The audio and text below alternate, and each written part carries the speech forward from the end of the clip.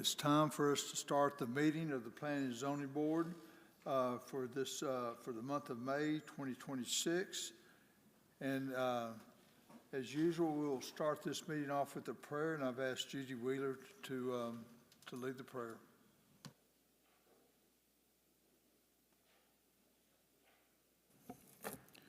Heavenly Father, as we come together tonight for the business of this city, remind all of us what an important place this is for us as our home, as our place that we rear our children, worship you.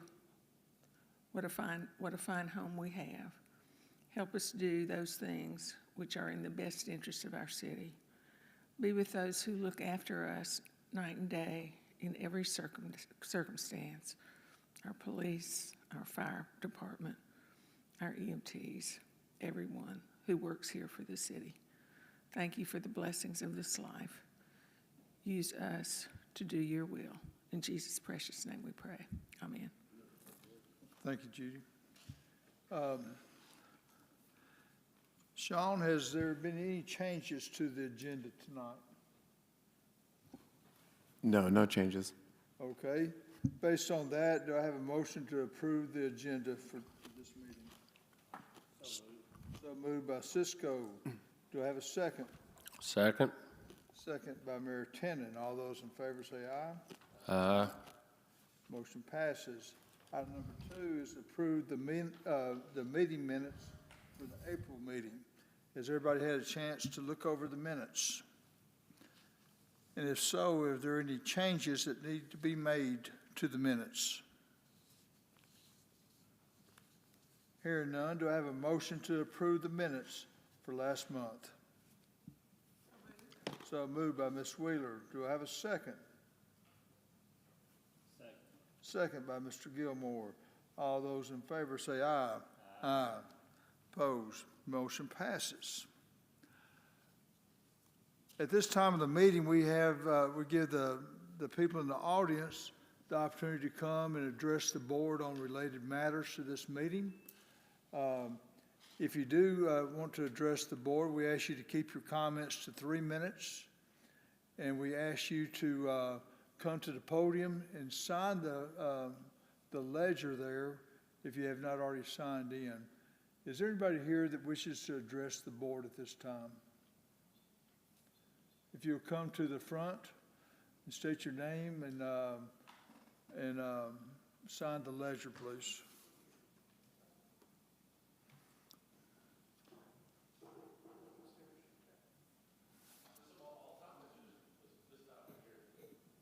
I'm sorry, what? All topics.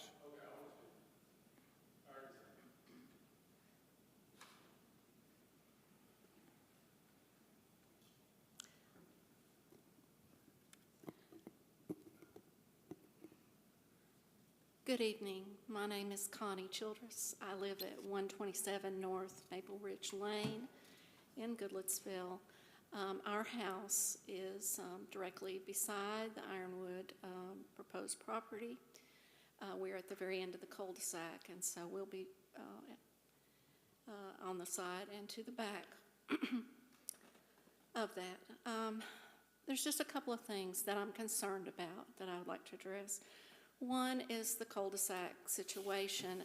It's kind of went back and forth about the gate that will be there, and sometimes it's going to be an emergency-only gate, and sometimes there's not one needed. And this is really important to us, so I'd appreciate it if you all would address that topic for us. Already there have been trucks that come to the end of our cul-de-sac at 3 occasions that I know of, and they park there and then jump over into the field or go into our property and go over to the field to do business there. So we need to know, will there be construction trucks, personnel, neighborhood people that will connect and go back and forth through our neighborhood? I'm asking for some clear information about this access point. And please say it's not so. Please say it's not so. Please say out loud to us tonight that you will not allow this to happen. to our neighborhood. The other thing is trees.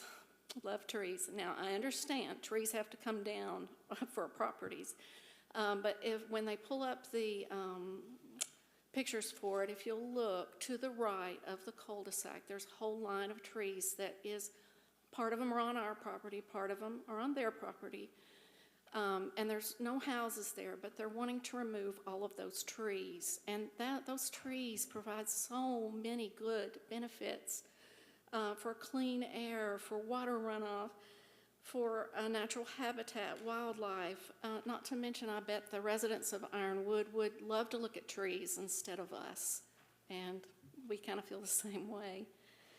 And provide beauty, and not to mention, above all things, trees are living organisms, and it's going to be very painful for me to watch them be killed.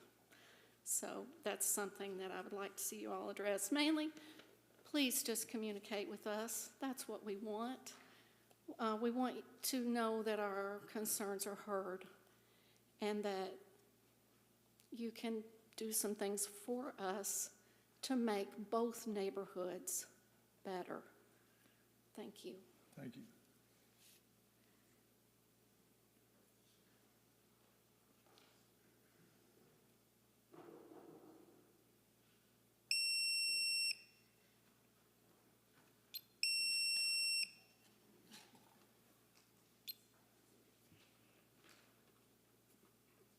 Hello, my name is James Childress. I live at 127 North Maple Ridge Lane, again at the end of the cul-de-sac on the road. I have a few concerns that my wife was unable to address due to time constraints. Part of them is the access road. We've been told several times that it's required, then we've been told it's not required, and then we've been told it's required, and then we've been told that it's just an emergency route through the facility. Again, I would consider that an emergency route. I do not want heavy truck traffic, construction traffic coming down our road through our intersection through that, because they haven't bothered to build the access to their neighborhood yet to be a part of that. So please let your yes be yes and your no be no. Any more than this comes from evil. We started with the scripture. I thought that was appropriate scripture for this. Also, the trees, some of the trees that they're planning on felling are very large 50-year-plus oaks that, if they fell in the wrong direction, will fall directly on our house. I would appreciate us communicating that through Phillips, and if at all possible, preserving some of those trees and not running the probability of one of those trees falling on my house.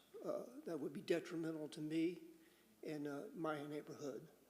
I'd ask you that you consider the neighbors in this subdivision, the existing neighborhood of Goodlettsville, in at least equality with what is proposed. It seems all the cards are always falling on the direction of the proposals and not the residents that live here and have lived here for well over 20 years.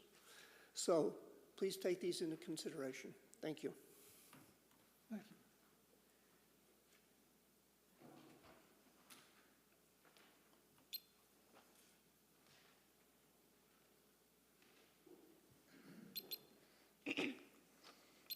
Good evening. I'm Sarah Childress on 127 Maple Ridge Lane, also speaking about the Ironwood development. I'm here tonight to make a couple of requests of both the Planning Commission and Phillips Construction. I am also a biologist, so I think you know what kind of speech you're about to get. First, I come with a request for information. The construction of this project is going to have an irreversible impact on our neighborhood, and it's only fair to us to be transparent about the plans. Once public comments are over, our voices are silenced. So I ask of you, the Planning Commission, to please take up our concerns and advocate for us with the builders. Second, I come with a request for communication from the builders. We're going to be impacted by this project for the next 2 or 3 years, so as a courtesy to your neighbors, just keep us informed. We want to know that they're willing to talk to us and act as a company that's supposed to be rooted in this community, and that we can trust them not to damage our homes and treat us with disregard. Lastly, I come with a request for ecological preservation. I'm concerned about the environmental impact this project is going to have. Granted, paving over a habitat is never ideal, but there are ways you can mitigate the damage. Have an environmental impact assessment done. liaise with someone from the Tennessee Wildlife Resource Agency, comply with the regulations and guidelines meant to protect wildlife. If you're breaking ground anytime between now and September, you'll be felling trees during birds' nesting season. And as per the Migratory Bird Treaty Act of 1918, it's illegal to destroy in-use nests which contain eggs or dependent chicks. I've identified in this area at least 53 bird species that are protected under this law. I say this just to urge you to do your due diligence to avoid wanton destruction of our wildlife. Further, I'm concerned by the clear-cutting of trees indicated by your plan. They're felling almost all of the trees in that field, even in areas you don't intend to put a lot, such as to the sides of the proposed access road and along our property line. I would urge the construction company to reconsider. Trees serve a number of ecological roles, such as providing habitat, producing oxygen, filtering water and air, preventing erosion, and retaining rainfall to decrease runoff. They're also beneficial to humans more directly. Many studies have shown that green spaces have a beneficial effect on mental and physical health, and in heavily paved neighborhoods, the shade trees provide can lower the air temperature by a few degrees, making the neighborhood a much pleasanter place in summer and even saving your residents on energy bills. Further, I believe tree coverage would make the Ironwood neighborhood more desirable to live in. According to the surveys this council conducted, natural areas and green places are high priority for Goodlettsville residents, and new residents will surely share this preference. So, in consideration for our privacy and to make the new neighborhood attractive to home buyers, I would urge the company to leave as many trees in place as possible. This is our home, so please give us the respect and consideration to keep us informed in this process. Thank you.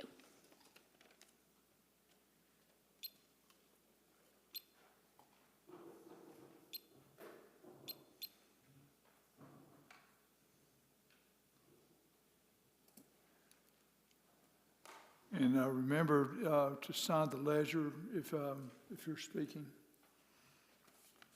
Yeah, Andy Thorpe, North Windridge, 131 North Windridge Way. So we reviewed these plans, had a couple days to do it. These came in really quick. I don't think there was ample time to review them by you all. Based on my review, I don't think anybody reviewed them. There's a lot of deficiencies in here, right? The city manager claimed there are known issues here. These are being presented today, and there's known issues. Why are we here? Like, if there's issues with plans, don't submit them for final approval. That makes no sense. That's called poor leadership. Do the right thing.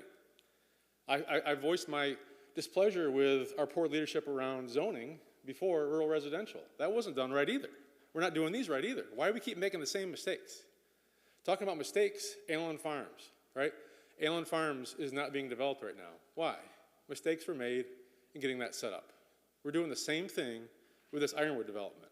I hate using the word Ironwood because I don't think it's a real thing.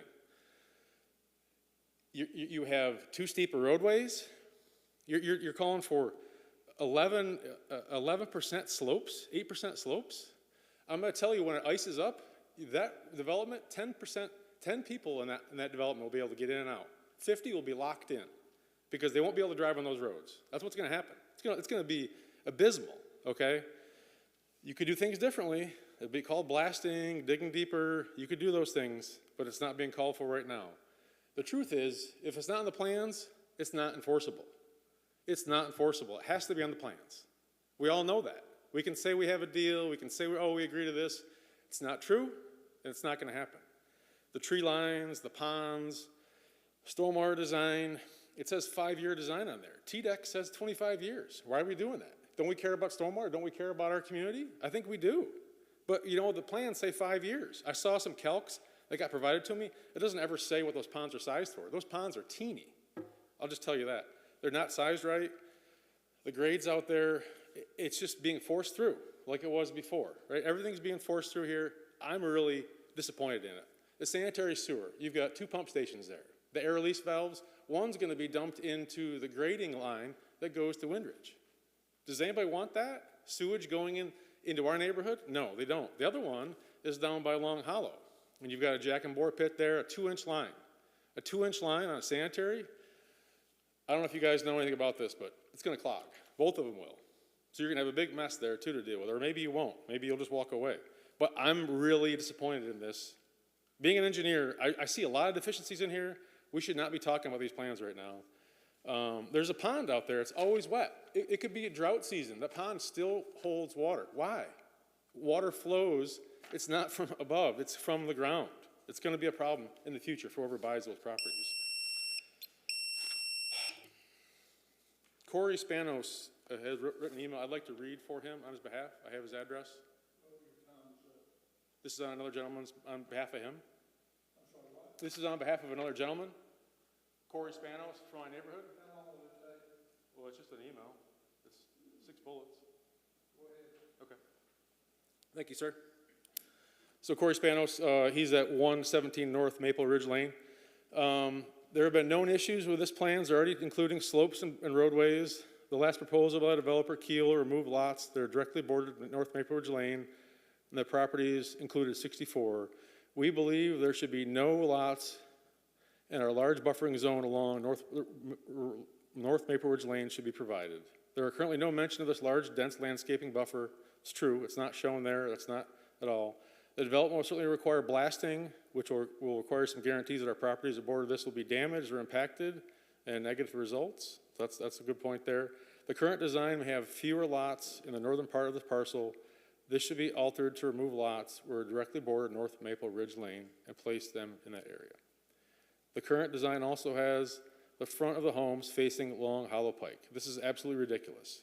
There will be massive traffic noise, and these lots will not have private backyards. The existing vegetation border along the creek and Long Hollow Pike should be kept. 100% agree with that. These lots should have their backyards facing the creek with thick vegetation, buffering for sound and privacy. These homes should require to have 100% brick, as Windridge is 100% brick. Non-brick sides of the homes will just cheapen the look and the value of the properties. These large non-brick sides of the homes on the hill of Copper Creek have become an eyesore. Contrary to the desire of upscale custom real estate homes like what would have been pitched for Allen Farms development, this does not meet the standard. The new article about these being $1 million homes is false, misleading, and does not make this development more impressive than the current design suggests. Final statement here. Therefore, I believe the right thing to do here is to ensure the community who is directly and most negatively affected by this receives some very significant and material mitigation of these legitimate concerns, as we are losing our privacy, peace, and quality of life in our own backyards. Thank you.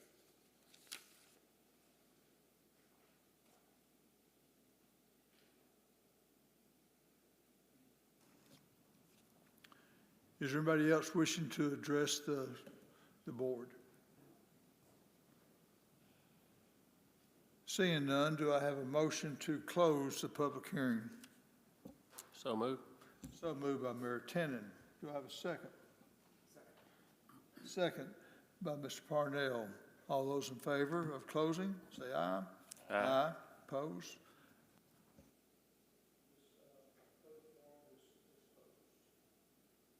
We're now ready for item number 4.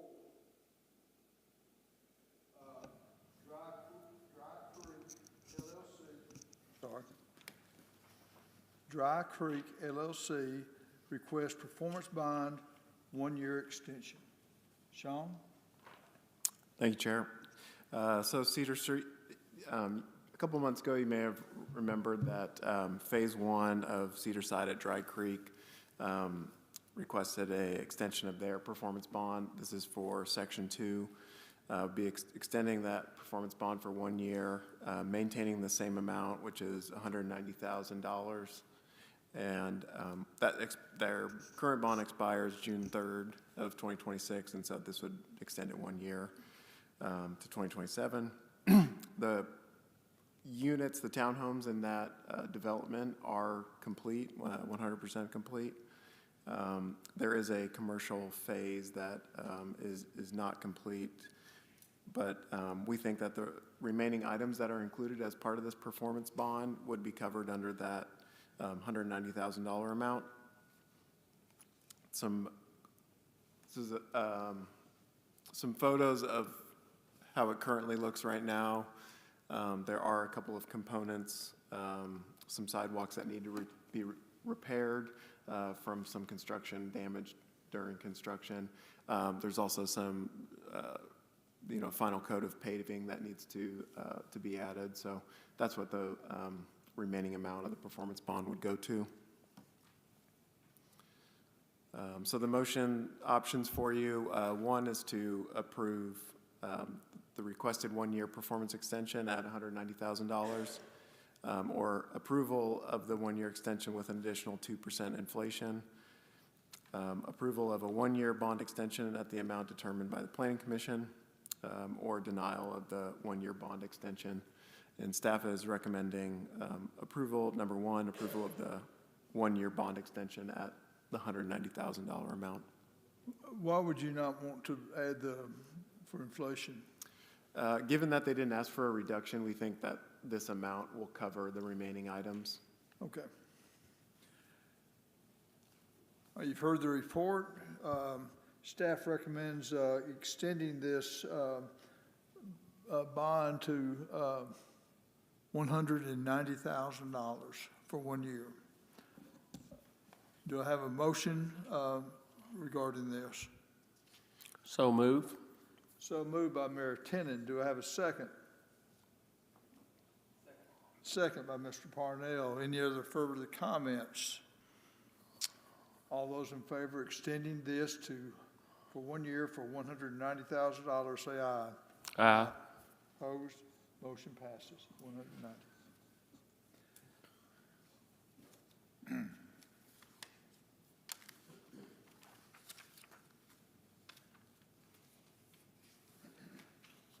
Item number 5, the Community Development Staff requests recommendation to the City of Goodlettsville Commission to amend the zoning ordinance to define provisions for fence regulations.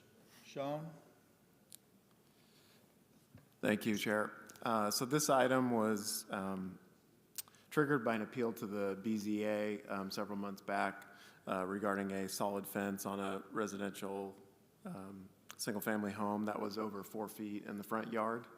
And this amendment kind of came out of the BZA, the language did, that we think would help clarify some of the definitions regarding fences, definitions around fences, and not also kind of the administration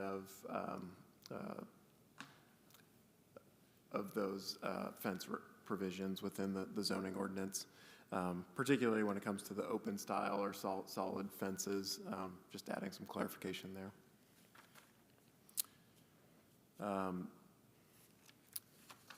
In your packet, you'll see kind of the proposed language, which includes these additional new definitions that we would be adding in, not only for fence, but decorative fence, open style, solid style, opacity. So whether the fence could be, you can see through the fence or not, just some clarification there, as well as definition for wall.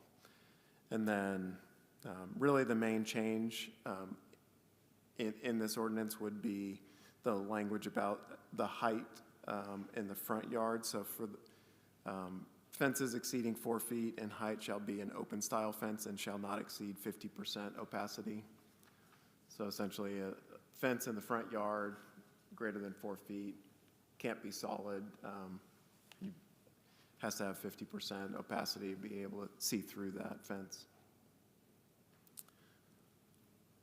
Okay, is that all you had? And then just for the motions on this, so we have 3 motion options. Recommend approval to the City Commission for amendment to the zoning ordinance, recommend denial to the City Commission, and defer the request for additional information. And staff's recommendation would be 1, to recommend approval to the City Commission. Okay, I was reading this last night. So you can have a chain link fence going around your whole perimeter of your property, front and back and sides. Okay, you can have a 6-foot high fence in the rear part of the property, as long as it's not completely solid. Is that correct? The rear can be solid. This pertains particularly to the front. So the rear could be solid up to 6 foot high. Yeah. 8 foot high. Yeah. Okay. This only, So currently, you can't have a solid fence in the back 8 foot high, is that correct? Or can you? You can, it just can't exceed 8 feet in the residential. Okay.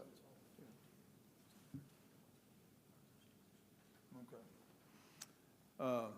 Okay. So I had a question, Sean. So I guess there's some lack of clarity, maybe some confusion as far as like if the neighborhoods, if the fences are at the rear of the structure, not to allow the front, but is that in this proposal? Can you give like a little bit more specification? Like, the question is like we're at the end of Loretta, all those, a lot of them have privacy fences or iron fences, but Yeah. then the question was they wanted to extend the fence to the front yard.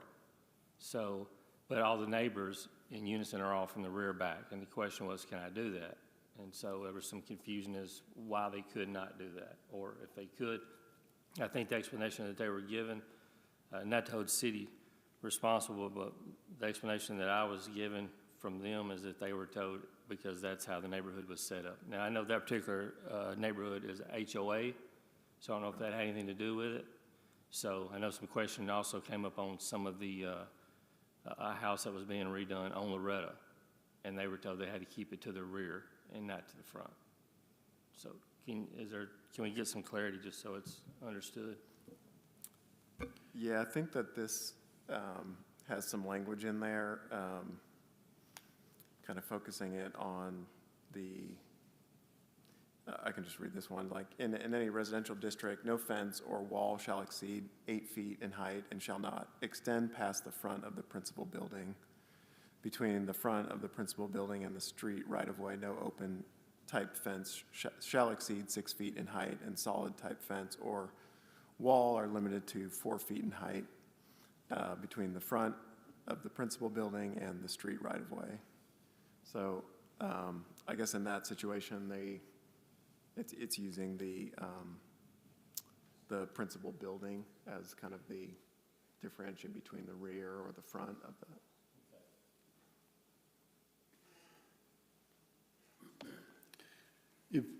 If I Any may other question? interject a little bit, and I apologize, I know Sean's been working on this, it's a good work in progress, but I've looked at it and didn't have a whole lot of time for tonight to get with him, but I think that there's still some definitions that need to be clarified. I think that we ought to be cautious with regard to being able to put up a 6-foot fence between the front facade of anybody's house all the way to the street and along the street right of way. That's a pretty high fence. I think the comment was they're very difficult for any of the first responders to be able to get over if necessary. Secondly, I think we need to address the issue of the actual percentage of openness rather than just saying it's based on an area composed. And I may have just missed that, Sean. And I also see sometimes people will do the double-sided fences. In other words, you got them staggered every board this way, but opposite on the other way. So I think we need to address it when somebody wants to do a double-sided fence. Is that going to be considered an open fence? You get what I'm saying? On that style where on the one side this board's here and on the back side it's here, and you can kind of see through it. But I think we might ought to refine this just a little bit more, and certainly with discussion tonight, and have it finally presented as to what would be recommended. Wasn't that kind of what the BZA dealt with that night? The BZA had a 6-foot solid fence. I think it was on Alta Loma, and Yes. that clearly was out. But 6 foot, and again, we had a first responder on the BZA that brought out very clearly that when you come up to that fence and you got a gate that's locked, it's very difficult to get equipment and bodies over a 6-foot fence as opposed to a 4-foot fence. And I know that most of your standard fencing, other than what you can buy the length of your board, unless you custom, are usually, I think, 42-inch bottom to height. to make up the difference between what the difference in the distance between ground and the first part of the material. Or 43 inch or something like that, because again, because so many ordinances are based on 48 inch. Mayor Tanner? So if you're thinking there needs to be some work done on this, Russell, we probably just need to defer it for a month and That, or certainly have some open discussion tonight of some ideas, and then that's what it's on the agenda for, and then at the end, maybe put it back for some definitional modifications and refinement with regard to what this board suggests and discusses, and certainly what Sean and I may get together, and then come back again with any of your questions answered in regard to the final draft. Couple things that struck me as Russ was talking was, we were talking about the shadow boxing. You can see it as long as you're up close. If you were on the street looking, you cannot see through that very well. And I don't know if that should be a concern or for us or not. It might be a concern for a first responder, for a police officer, not being able to see in there, something to consider. The other thing is, I agree with the 6 foot height in the front. That sounds extreme. But I don't know if a 4 foot height fence will keep a dog from jumping it. So I don't know if we should consider, we have a fence in our yard primarily just to keep our grand dog when he visits from roaming. But he could jump a 4 foot high fence easily. So maybe I'll look into that as to what size is actually needed. But 6 foot to me sounds extreme, especially on the front. Mr. Chairman, Yes. I'm opposed to a 6 foot fence in the front yard for aesthetic purposes, period, end of story. I'm adamantly opposed. I will never vote for this, not today, not tomorrow, not next month. If somebody wanted one and needed one for some specific reason and wanted to go to the BZA and the people on the BZA board look at that particular case and reason that it makes sense in that particular regard, I'm okay deferring to them. But a blanket A-okay to just start building 6 foot fencing in the front yards, I'm absolutely against that and forever will be.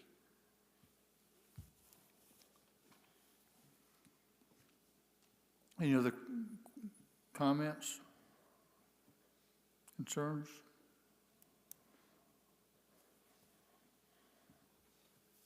I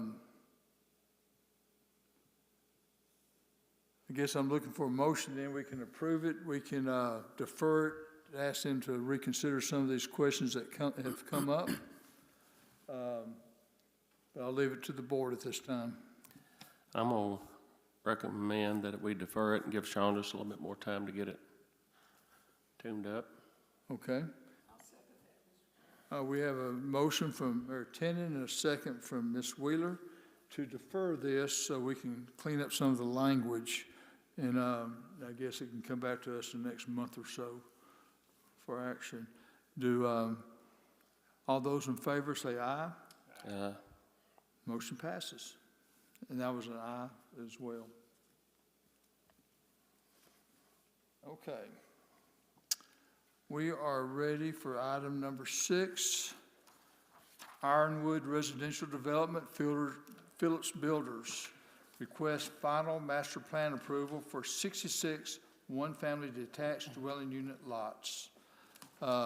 Is somebody here representing Phillips Builders? If you'll come to the front, make sure you sign the ledger and state your name and all that.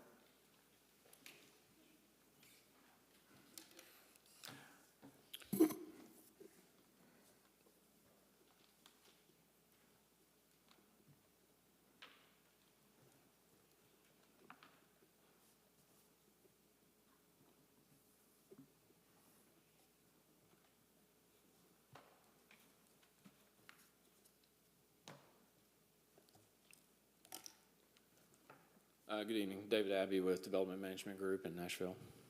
Okay, we're going to turn this over to Sean, and then we'll get back to you in just a second. Yes, sir. Sean? Thank you, Chair. So we'll start off with a little bit of a background.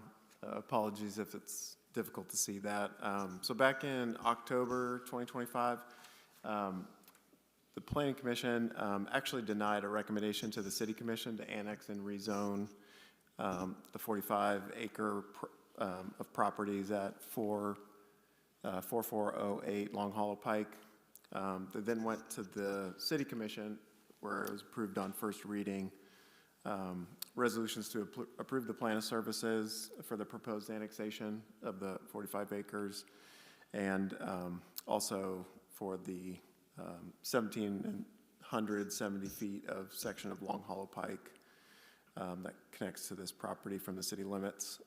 In December, the second and final reading adopted those resolutions, and then today, in May 2026, you are considering approval of the final master plan for 66 single-family dwelling units at these properties. Just some general overview. Mentioned the 66 dwelling units. That's down from the preliminary master plan of 69 units. It's zoned low-density residential planned unit development. Dwelling units per acre is 1.49, which is within that LDR PUD of 0 to 1.7 up to 1.7 units an acre.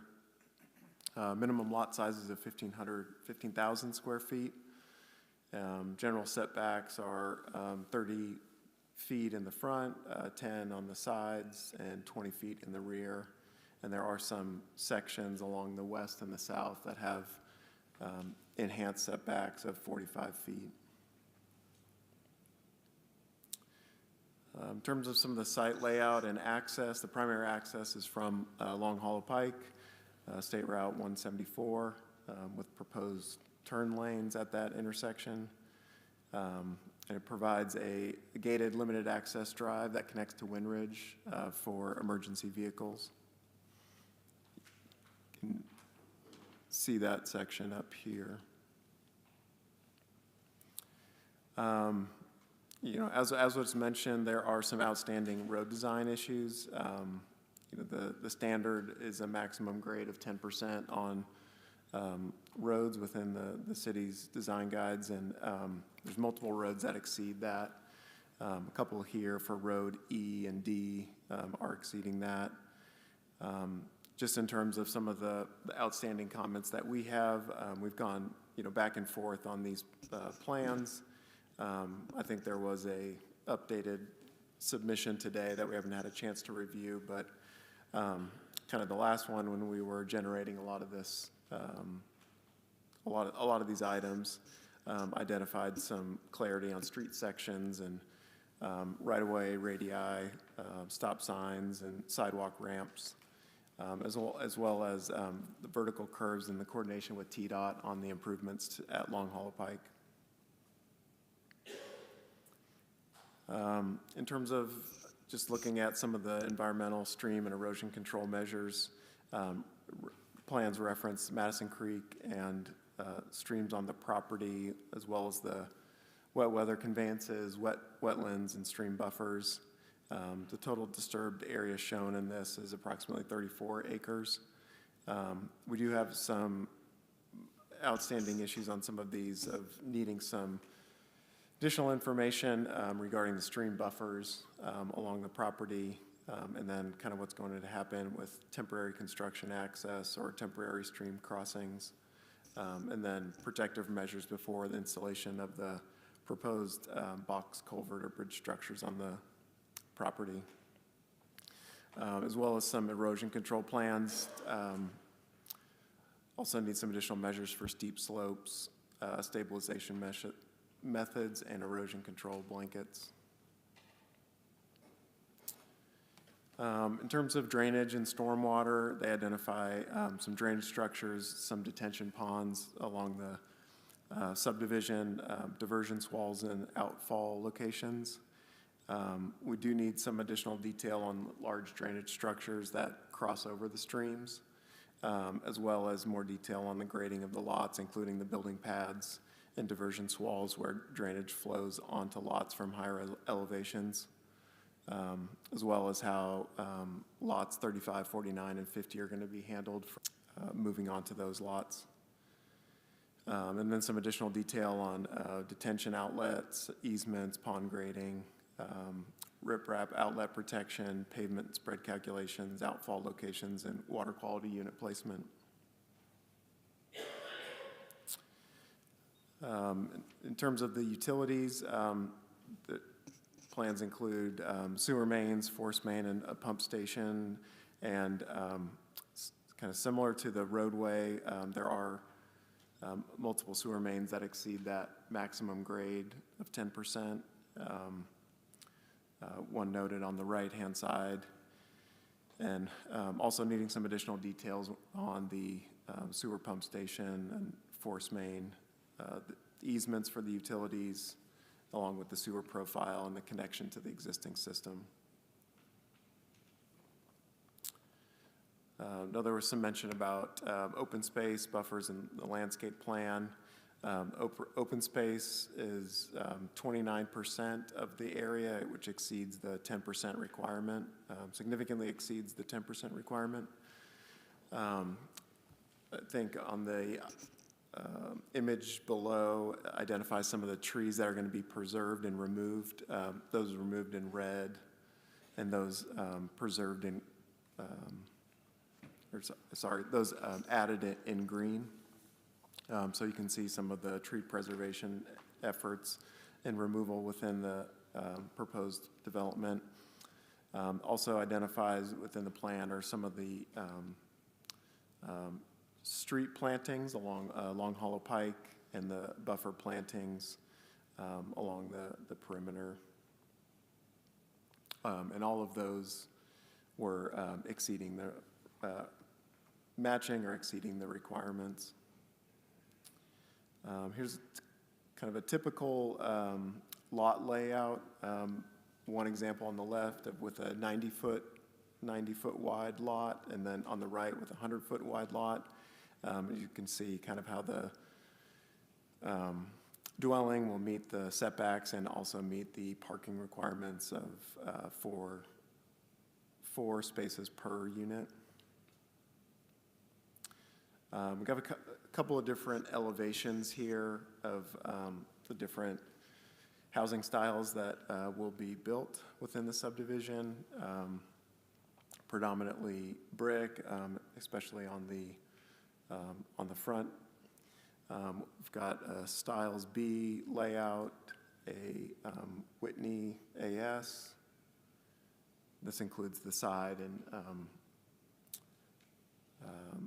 the side elevations as well as the rear elevations. Fleetwood B, Crosby, and then McCartney B.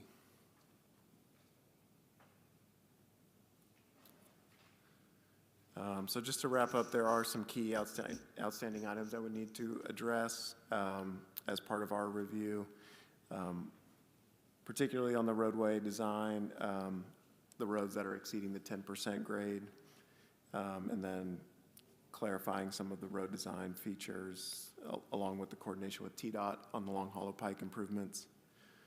On the stormwater drainage, providing the details on the large drainage structures over the streams, details on the grading of the lots, and including the building pads, and then also additional detail on how the off-site water will be addressed on those 3 lots we had mentioned. And then on this utility side, the need for details on the pump station, force main, and the utility easements. So 3 motion options for your consideration. One would be to approve the master plan with defined stipulations, deny the master plan, or to defer the request for the applicant to provide additional requested information. and staff is recommending deferral.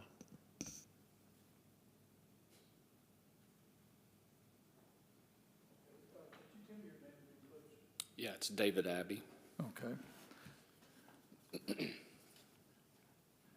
You heard Sean, do you have any further comments?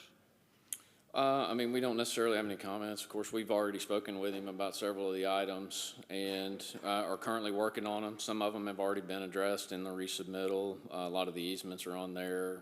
Notations about the structures for the storm drainage that are going over the streams are a three-sided culvert.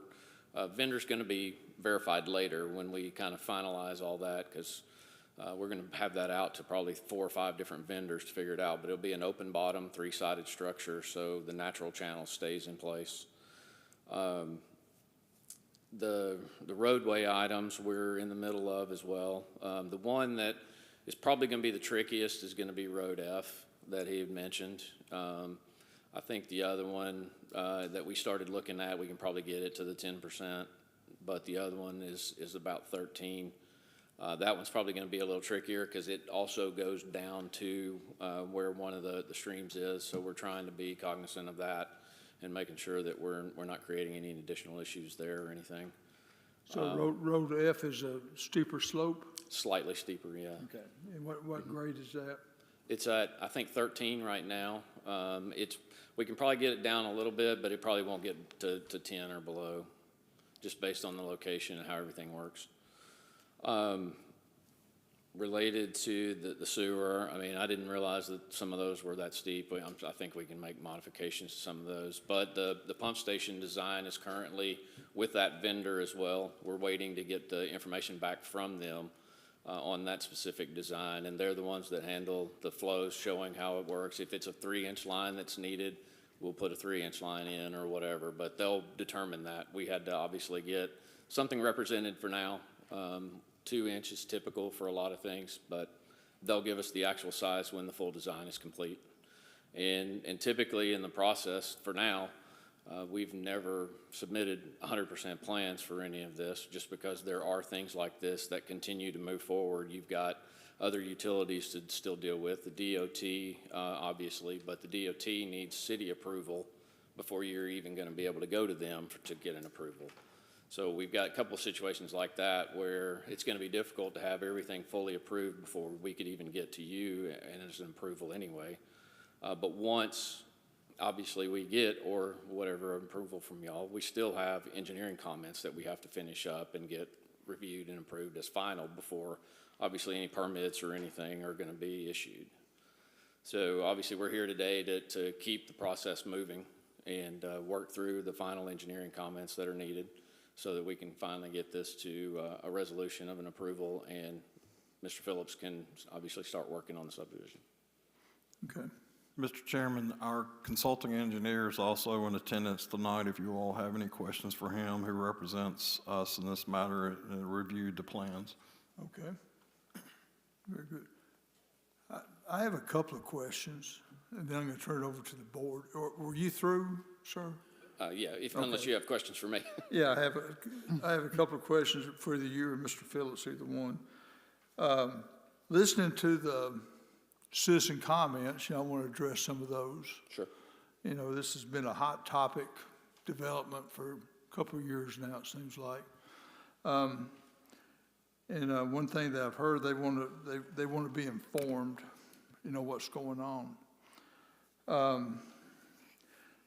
Let's talk about this access road first. That is, this access road is required by the fire marshal, is that correct? Correct. And there is no other place to put a second entrance on Long Hollow Pike, is that correct? Correct. Based on our conversation preliminarily with the DOT, the location that we have shown is what we're getting. Okay. So even if you wanted to put another access point along Long Hollow Pike, there's just no way to do it? At this point in time, without DOT approval, correct. Okay. Because that was based on his original conversation that we had, and Adam McCormick was actually involved in that meeting at the time.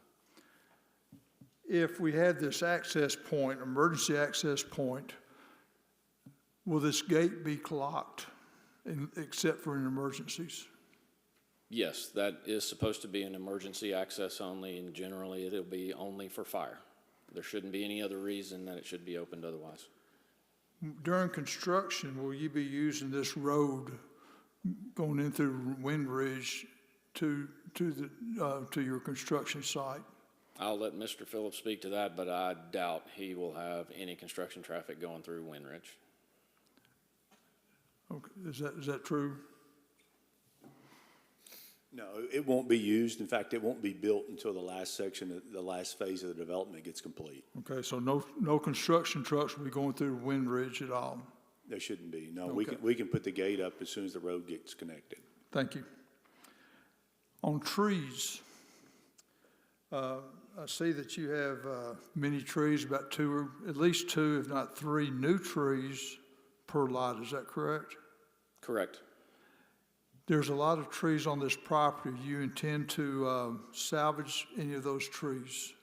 We are still working through some of that to salvage some of even the ones that are currently being shown to be removed. So yes, we are still working through that plan, trying to see if we can save as many as possible. Especially the old growth trees, I would assume. Anywhere that we can. Okay, that makes sense.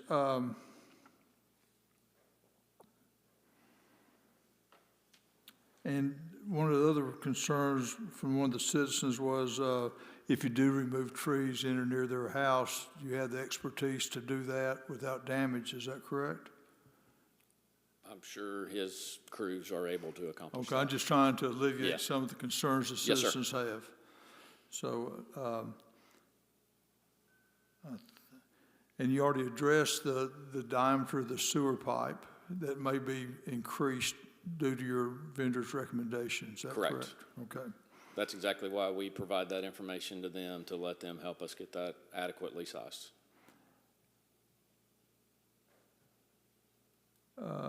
And now I'll turn it over to the board for any other comments or questions. Is there any way to alleviate this Road F grade problem by doing it on the lot instead of on the road? Say that again? Is there any way to alleviate the 13% grade on the F road by doing it by lowering the driveways on the lots instead of just doing the road? I will have to look into it. Like I said, it's just purely based on where everything stands today. It's probably going to be a little tight, but maybe. I just don't know yet.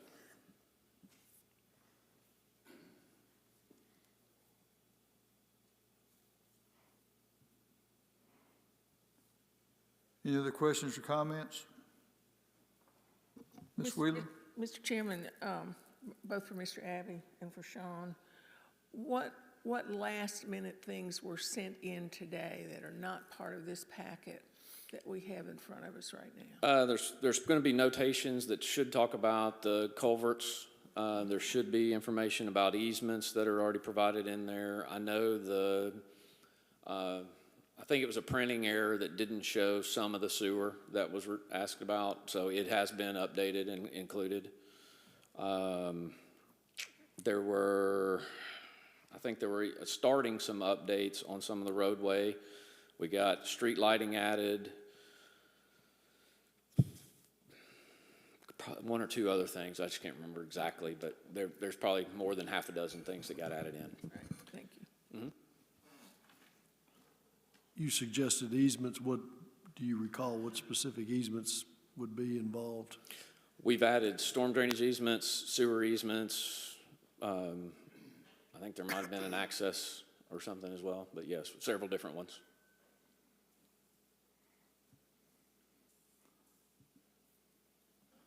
I guess, Mr. Chairman, I guess this question would be for Mr. Ellis. The concern with the access road, I understand the reason why we're having to have it, and I understand the concerns that the neighbors have.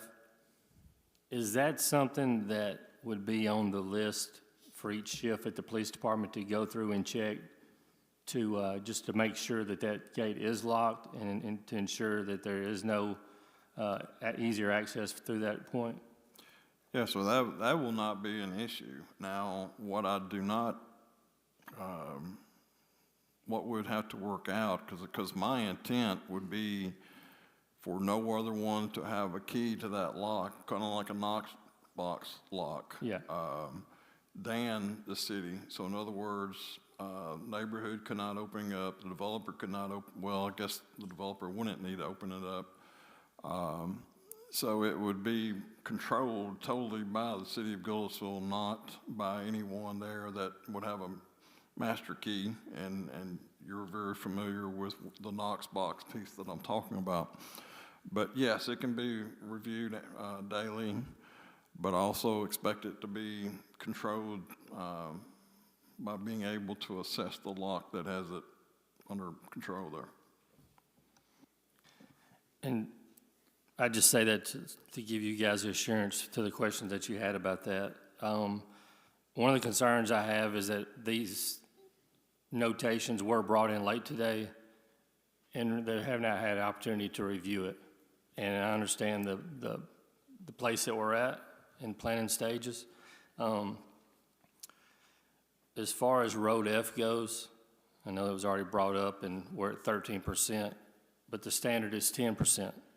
So we either need to get to 10% or we need to make some changes in order to meet that standard. Is that, I'm sure you deal with that all the time, so I'm just, throwing it out there, because it's not nothing that, if we got our standards are set for a reason. And so, and I know you deal with this every day. So I just don't want it to be like, well, we can get to 11 and a half, but we know what our standards is 10. And so we need to make changes in order for that to get, for myself and for what we're hearing from the. Right. We're definitely looking at it, and we're trying to do what we can, and we'll definitely get there if we absolutely can, for sure. Okay. It's just right at the moment. I'm not 100% positive. Sure. We're definitely pushing to get that way. Yes, sir. Gotcha. Mr. Chairman, this discussion is open, but I will make a motion and put on the table to defer for the applicant to provide more additional information. Okay. But you can continue with the discussion, just the motion's on the table. We have a motion to defer by Mr. Gilmore. Do I have a second?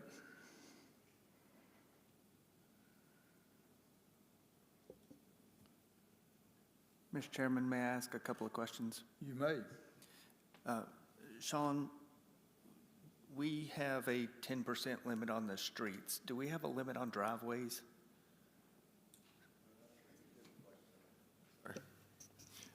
I can attest they're probably not, but talk about my personal driveway.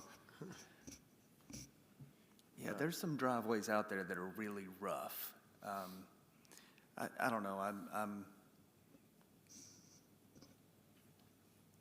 I'm a realtor, so I sell houses for a living. This is what I do, and I've got clients, and when the driveway's steep, nobody wants the house. I mean, it just drops the value precipitously. So anyway, my opinion, even if we don't have a standard, please just flatten it a little bit and put in a wall and call it a day, because everybody will be happier.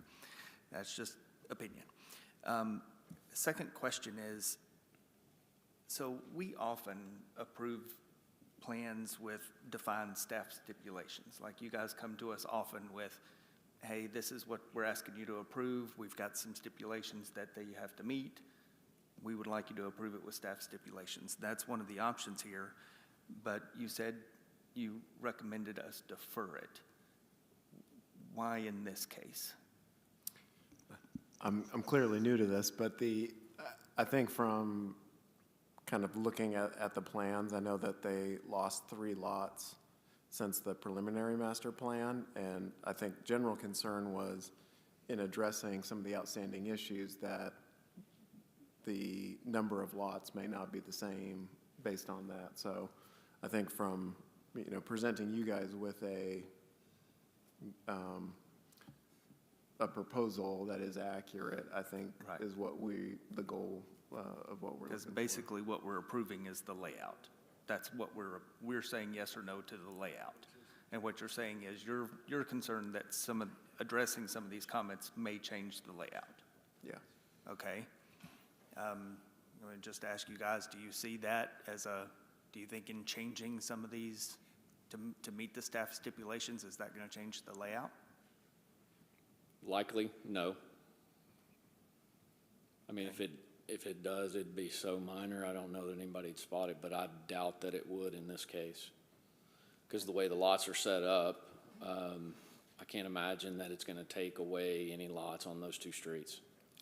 Realistically, just looking at it, I think, having done grading for decades, it really looks to me like you just set the road at 10% and the grading falls where it falls, and where you have to have walls, you have to have walls. And they're not gonna be huge, but they're gonna be there. And that's just how in order to keep lots. I think that's just how that's gonna be. But I think if you kind of promise that the layout isn't gonna change, that would at least give us some comfort there. But I'm one person. I have no idea what anybody else on this board thinks. Thank you, Jeff. I'd like to address that. Yeah, I don't think the plan's going to significantly change. I think if anything, we'd have to lose a lot, but we don't mind putting the walls in. And just to shed some light on kind of, this is a little deeper dive than what we're used to in Planning Commission. We haven't done a full-blown grading plan. So for some of it to look like we're not quite prepared, normally we're used to Planning Commission just kind of looking that we're meeting the low-density regs as far as the amount of lots and the layout and the setbacks and all of that. And so we weren't quite prepared for the depth of the review. If we get deferred, we understand, but we like to get the approvals and then pay the engineers to go in the depth of the water, the utility profiles, the full-blown grading plan. But as far as the way the subdivision's laid out, it's not going to be anything significantly different. We're going to either make that road work or we're going to lose those two lots. Yeah, I think that's very reasonable. I can remember a development that came before the board on Dickerson Road, and I was just looking at the existing grading on that plan, and I was like, this is what they're proposing this layout isn't going to work. The grading isn't going to work. And so I asked, for them to go back and look at it. And I think that's kind of what happened here, must be that grading was asked for because they were kind of looking at it and thinking, maybe this isn't going to fit.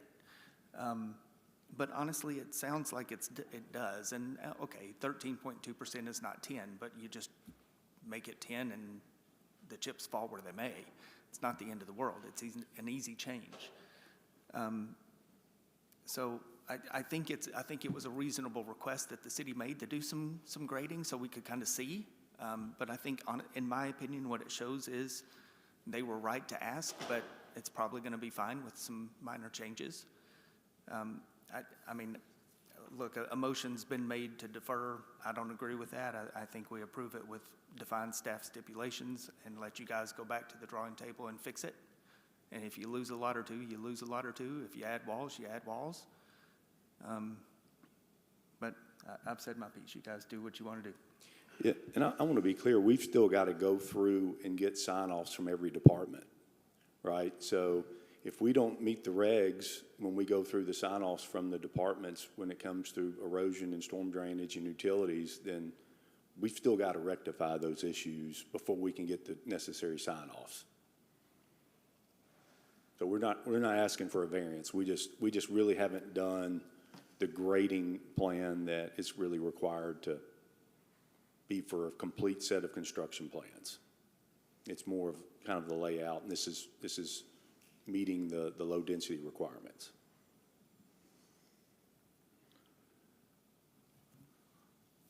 We have a motion to defer. We had comments that you heard from Mr. Parnell, who did not agree with the deferring. So I'm looking for a second.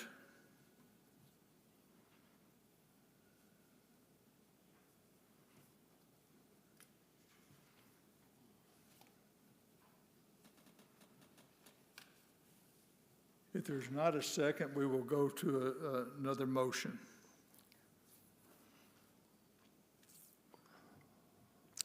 Not hearing a second. Mr. Chairman, I'm just, give me just a minute. Okay. Got a lot of thought going on here. I see both sides of the fence. I understand Mr. Parnell's, and yeah, it's easy and been there and done that. At the same time, Commissioner Gilmore has a valid point as well. A lot of this stuff didn't come in till 3 o'clock this afternoon, and I'll be honest, I haven't got to look over all of it, and I trust Mr. Phillips. I don't have any question about what they've done. All their subdivisions are beautiful. One thing I do want to mention, that one of the gentlemen came up and spoke earlier about this project and called out Mr. Ellis about going ahead and just moving forward. The city manager just saying it's okay. Well, just to be honest with you, before the meeting, Mr. Ellis came up to me and said, I'm more comfortable with deferring it.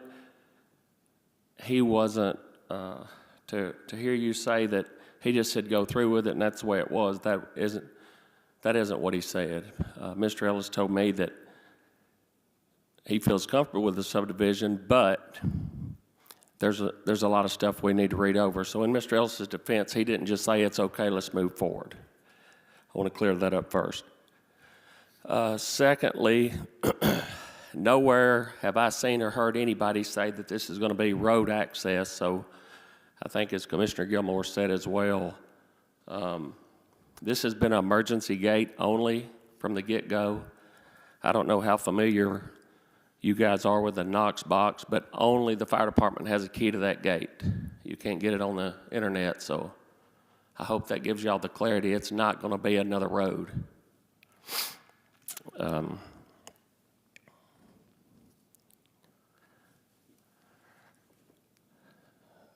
I mean, I hope that, Mr. Phillips, I hope that y'all can keep moving forward. I don't see any major problems.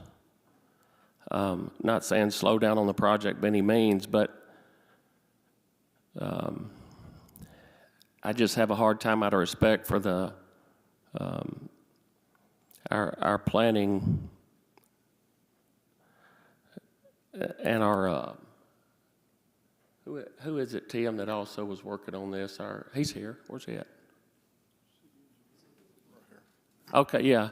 So I think that you and Sean together had decided that we probably should be deferred just one more meeting. And I just have a hard time going against their professional judgment. Like I said, not shutting the project down by any means, but with all this being said, I think I'm going to second Mr. Gilmore's motion. Okay, we have a motion to defer and we have a second. Any further comments? All those in favor of defer, say aye. Aye. Opposed? One negative. Okay, we look forward to hearing from you again soon, and we will try to get this wrapped up. Before we dismiss, I do have one question, and I know the answer, but it was brought up by the citizen comments, and I forgot to ask this question. One of the comments we got, and I think it's in an email that we got, was stating the brick only on one side or only on the front side. This subdivision is going to look very similar to the one down by Beach High School. Is that correct? Yes, sir. Probably even more. Now we have design standards which require a certain amount of brick. I do see on one of your plans you had some siding, and that's for. But that would be some type of hardy plank or some type of, and it'd be very minimal, it looks to me. That project that you're referencing on Long Hollow Pike has two different products. One is an alley-loaded home that have, a lot more hardy panel siding on them. And the other lots are what we call estate lots.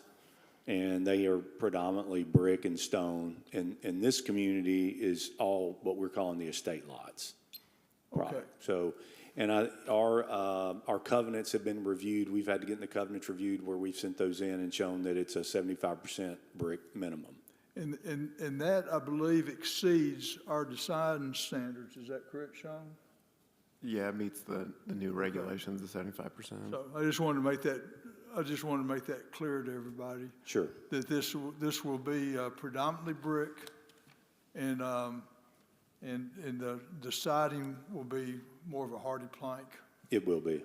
And, okay. All right. Thank you very much, gentlemen. Is there any further business? Sean? I did have one other item that I just wanted to brief you all on. The Copper Valley subdivision, located on the hillside behind us, they did have a minor request to eliminate, they have a pedestrian bridge crossing as part of the development. It's kind of hard to see here, but it's these two items in red. They were able to maintain those pedestrian connections without the pedestrian bridge. And so what they've done is proposed the removal of that, and then they'd also be adding pickleball courts on the lower left-hand side, kind of as a replacement. And staff supports approval of this as processing it as an administrative modification or administrative adjustment, but just wanted to make sure you guys all saw this revision. Okay. Tell me again what subdivision that is? Copper Valley Okay. on Moncrief, Okay, I think Goodlettsville 56 is how it's started off. very good. Can you explain that one more time? I mean, Yeah, I can't see the picture. yeah. So, So there was initially in like the middle section, there was a pedestrian connection or pedestrian bridge over the stream. okay, But they're able to kind of just work within the existing environment where they don't have to build that pedestrian bridge and people can still make the connection, so. so it's, you're not talking about on the lower side over the stream to Moncrief itself. You're just talking about they're able to continue their trail across it. Yeah, so this section right here is where the pedestrian crossing was proposed and where the connections will be. I think Adam actually tried to talk them out of a pedestrian bridge initially, and so, Yeah, I don't remember. of course, he was right. Okay. Anything else? That's it. Anything else from the board before we dismiss? Thank you. Thank you for your attendance today, and this meeting is adjourned.